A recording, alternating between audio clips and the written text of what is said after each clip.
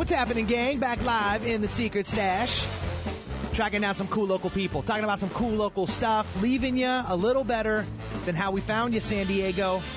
And speaking of San Diego, this is something I know that you've talked about at least once, especially listeners of ESPN Radio 1700 and specifically Real Talk Radio, since we got you here in the midday every day, which is the flip game, right? So very few guys have a model that is as interesting and as aggressive as my man I'm flanked with in the studio today, Jeff Morris of MDI West Properties. You can check out them and a little bit more about what they do at mdiwest.com. But, I don't know if I'm going to do a good job at sort of painting that portrait of exactly what makes you or different from anybody else who does what you do. So someone bumped into you at like a cocktail party and they're like, Jeff, what do you do? How do you answer that question?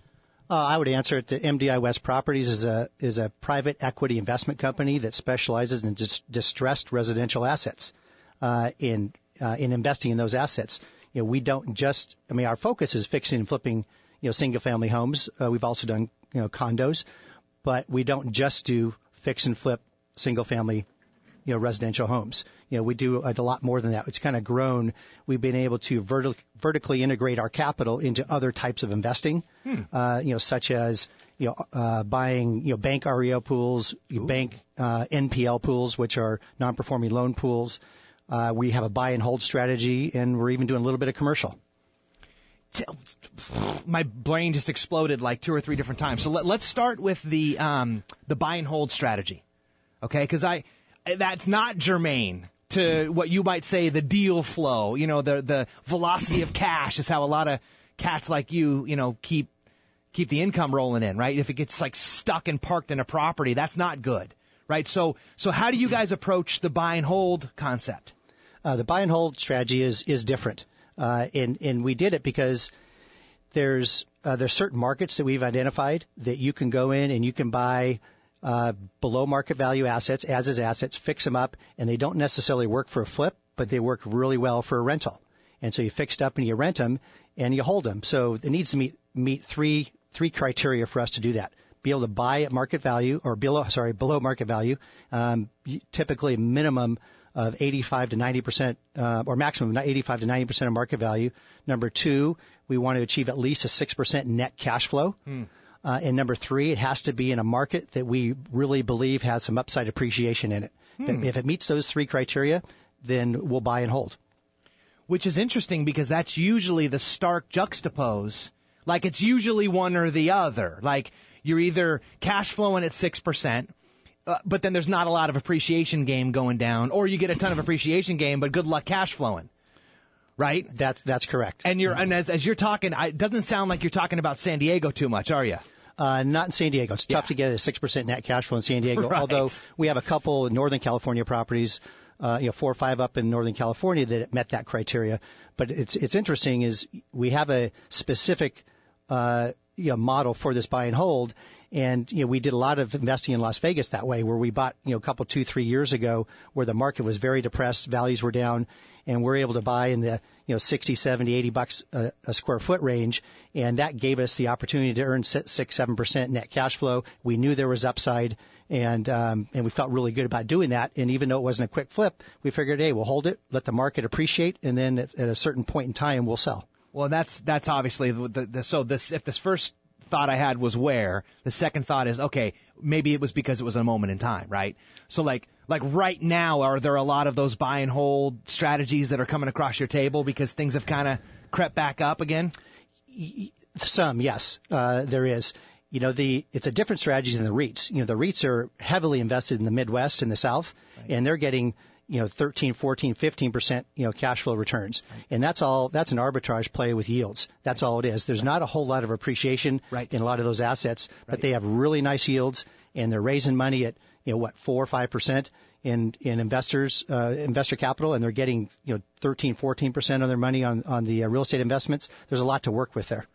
Yeah, I totally, I know there's a handful of people in my sphere who, just buy like 4-unit spots over in Oklahoma, and they stay rented almost all year round, and the people consistently pay. but the thing isn't worth much more than what they bought it for, right? So they're just making a cash flow play. Exactly. And throwing an extra, $200, $300, $400, $500 a month in their pocket and calling it good. Exactly. Yeah. Exactly. And we got into the buy and hold business kind of by mistake in that we were doing the flips and we were starting to see these flip deals that weren't working. Right. We're like, it just doesn't hit our yield return. We're looking for a minimum of 12% return on our ROI on these flips. And they were coming in at 8, 9% and it just wasn't quite working. And we said, hey, why not just buy it, rent it, get the cash flow, let the market come back, and our IRR over a 2 or 3 year period of time is going to be up in the high teens, maybe even 20s. Yeah. So, you were talking earlier about the different kinds of games that you like sort of playing in or spots you like sort of swimming in. So San Diego is what San Diego is. It's got its challenges. It's got its amazing upside as well. Where are you noticing right now is sort of like the spot? It's like you mentioned kind of Vegas a couple years back because you knew that was going to come back, or at least hand to God you hoped, right? Yeah. But like, where are some spots right now across the country you're like, ooh, if I could just get me some more of that? What comes up to the top first? Yeah, that's a good question.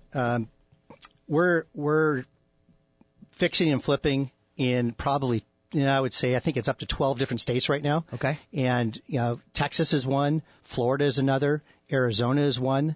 There's several markets that we're in. Atlanta is another one that we're working on deals with. For us, they have to be markets that we feel like have potential, have strength to the market from a buyer standpoint. Yeah. But our real key is we don't profess to know every market ourselves inside and out. Right. We can't. Right. And so what we do is we form strategic alliances with agents and brokers and investors and even contractors in some cases in those markets. Right. And that's how our model can travel. Yeah. We can take that model anywhere in the country, and as long as we have that JV partner who has the expertise that we need, that has the experience to flip a deal, we can work on or invest money anywhere in the country. And I got to believe with the way you structure it, I mean, the who is always the most important, let's be honest. But specifically in your model, the who is critical. Because, they're putting a little skin in the game, which gives you some indemnity. So if the whole thing falls on its face, you got that to fall back on. You could get out of it with your hat still in your hand. But, they're the ones who are running and managing the flip. And, man, you and I both know, I mean, that's everything. Like, you heard the old joke, like, any remodel you're doing, even on your own house, if you had a budget, double it. And if you had a time frame, double that, too. And in the flip game, that doesn't work too well. So what's the process look like? Are you qualifying these JVs? Like, are you vetting through them? Like, what if the guy's never done a flip before, but he came up with the 15%? Like, how does that work? I don't think we've ever partnered with someone who's never done a flip before. At least they've been involved in a flip from a real estate agent standpoint, or maybe it's a real estate agent that has not done a flip themselves, but they've been through 50 flips through other investors, or they've been on in a flip transaction, so they understand it, and that's okay if they've got that kind of experience. But it's a really good question because the upfront vetting of who we're partnering with is important, but it's not everything, because we just want to make sure they're local experts, they understand their markets, they've had some flip experience, and after that, it's the 15%.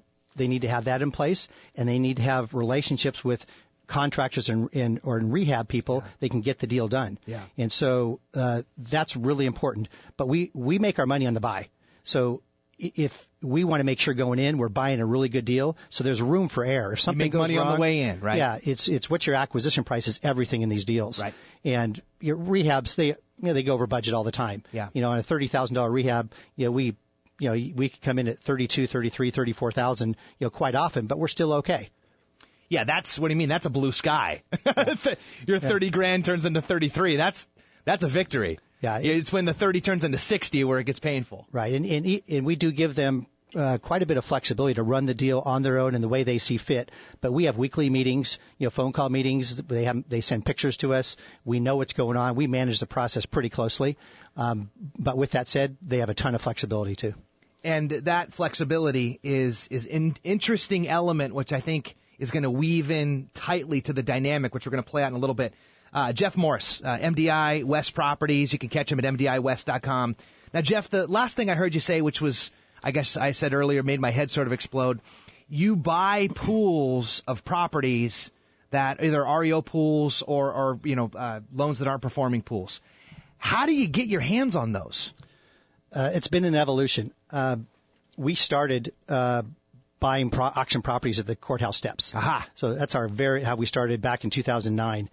That's not that long ago. That's not that long ago. No, Yeah. Prior to that, it's basically a partner of mine and myself.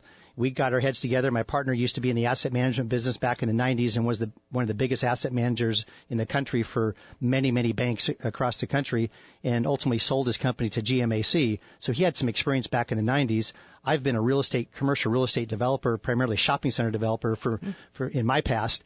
And so in 2007, when the market crashed, we kind of got together and said, hey, let's form a distressed residential asset management investment company, and because we think there's opportunity. Yeah. So here we are 6 years later, and we're still going at it. But we started with auctions. That's a whole mousetrap in itself. And it's a very scientific approach on how to be able to buy properties at auction. It took us 4 months to buy our first property, but we learned it, we figured it out, and we did it. And over a period of about 24 months, that started to slow down quite a bit, and we evolved into short sales, REOs, off-market deals, on-market deals. And then we've also talked about getting into the buy and hold and fixing and flipping and the other things we're doing. That led us to the pool purchases. And we have developed some relationships with some folks that have direct relationships with some of the banks, some nonprofit organizations. We've bought from Fannie Mae. You name it. There's several sources out there that you can buy these pools from. Would you recommend people buy at the courthouse steps? It's a great way to buy, but I would just warn everybody out there. You have to figure it out first. You got to make sure your process is set up, because you'll spin your wheels for months trying to get your first purchase. Because what happens is there's hundreds and hundreds of properties that go to auction, and you'll track these trustee websites, and I'm telling you, 95% of them get postponed to the next month. So you can't spend all your time trying to underwrite all these properties you think are going to go to bid that day, and they get postponed. You almost have to wait till the morning of and get your team out in the field driving the properties that actually have opening bids. That's an indication it's going to go that day. And so it took a while to really figure out the process and maximize our time on how we approach buying at auction. Did you ever get duped on one of those where you got one and then you got inside and you got the keys? You're like, oh, no. Yeah, there's always a little bit of that. Never real bad. Yeah. We got pretty good at it. And again, we formed the strategic relationships with real estate agents and other investors who understood that process going in. And we would have them driving the properties and looking in backyards and looking through windows to really get a feel for what kind of conditions this house in. So you have to do your due diligence. We never bought sight unseen, and a lot of people did, and they got hurt doing that. Yeah, that's right. Jeff Morris hanging out with us in the Stash Nation, talking about flips in San Diego. Are they done? Are they not? Where else are the flip opportunities? Jeff, actually, with MDI West Properties, has an opportunity to not only help you local, but also potentially even to help you nationally. So, gang, coming up, we're going to get all caught up. I mean, after all, Jeff, this is a sports station, right? So we'll get caught up on some sports commentary from our buddies over at CBS. And on the backside of that, we're going to dig a little deeper about exactly what it's going to take to go into partnership with you and what 3 things you're going to need. We'll be right back. Real Talk Radio. Thanks for hanging out.